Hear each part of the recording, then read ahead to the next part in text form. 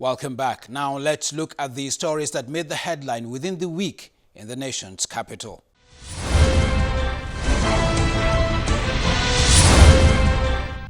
The Nigeria Center for Disease Control is budgeting the sum of 1.67 billion naira to prevent the spread of the coronavirus in the country.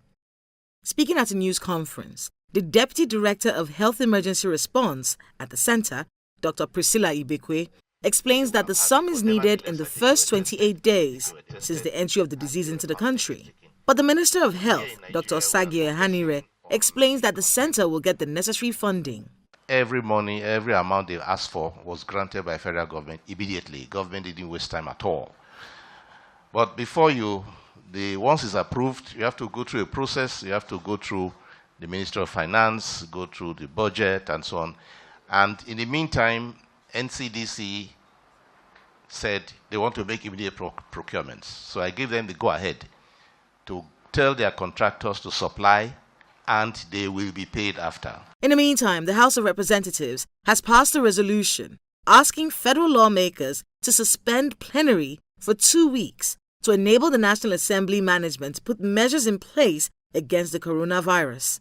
The decision of the House follows a motion of urgent public importance on the need for immediate action to prevent any new cases of the virus. An Italian man who visited Ogun State, and it turned out to be the constituency of Isiaka that is speaking. I think, Mr. Speaker, in good wisdom, that this House should suspend plenary for a period of 2 weeks or thereabout for the purpose of certifying everybody and also allowing management to put measures in place so that all of us can be tested.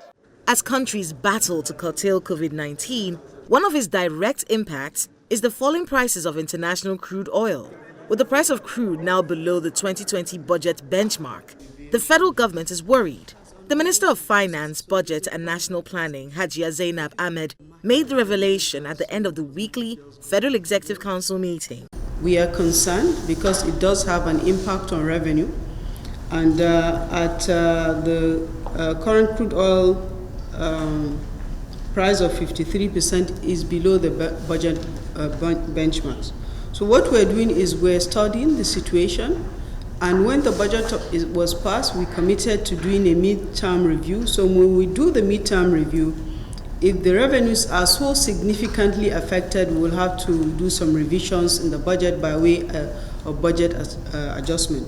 But I also want to inform this meeting that the crude oil production is now at 2 million barrels per day, and in some days it has even moved up to 2.1 million barrels per day. So that in itself would be a cushion, but all the same, we are not taking any measures now until we have a reasonable period within which we make a review, and then we may need to do an adjustment to the budget through working together with the National Assembly. Staying with the nation's economy, the Senate has considered and approved an external loan request of 22.7 billion naira by President Muhammadu Buhari. However, it was not smooth sailing getting the approval, as the Senate Minority Leader tackled the Senate President when he insists that lawmakers should be allowed to consider each line item in the loan report.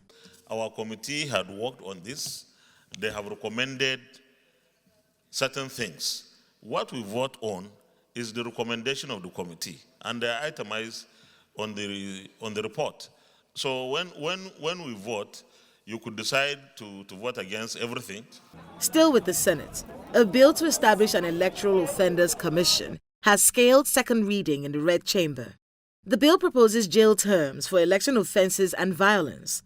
The bill is sponsored by Senator Abubakar Kyari from Borno State.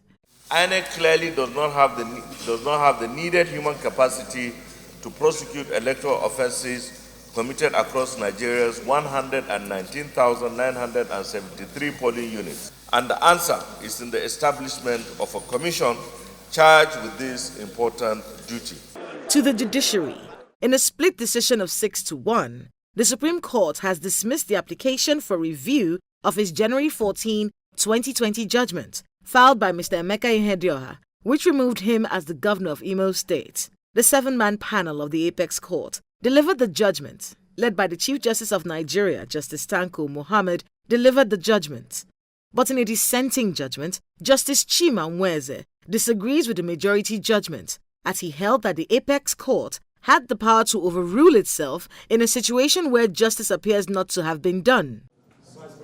Vice President Professor Yemi Osinbajo presided over a meeting of the Presidential Committee on Small Arms and Light Weapons.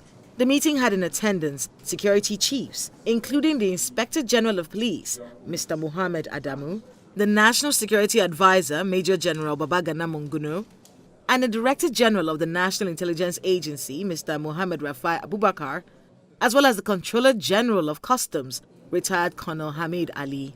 The meeting is to develop clear-cut strategies to control the proliferation of small arms in the country, a situation that fuels insurgency and other security problems. A new head of service has assumed office, and she is Mrs. Folashade Yemi Eson.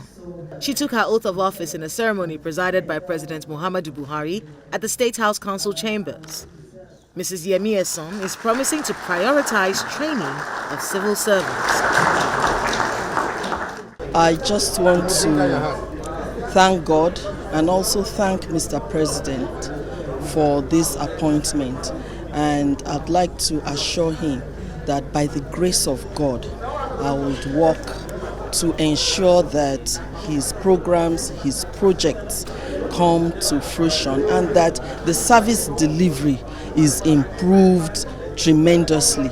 Number one thing on my chest is training. For civil servants to be able to perform their responsibilities, it's important for them to be very well trained because you can't expect much when you don't put in much into anybody. So for me, training would be my number one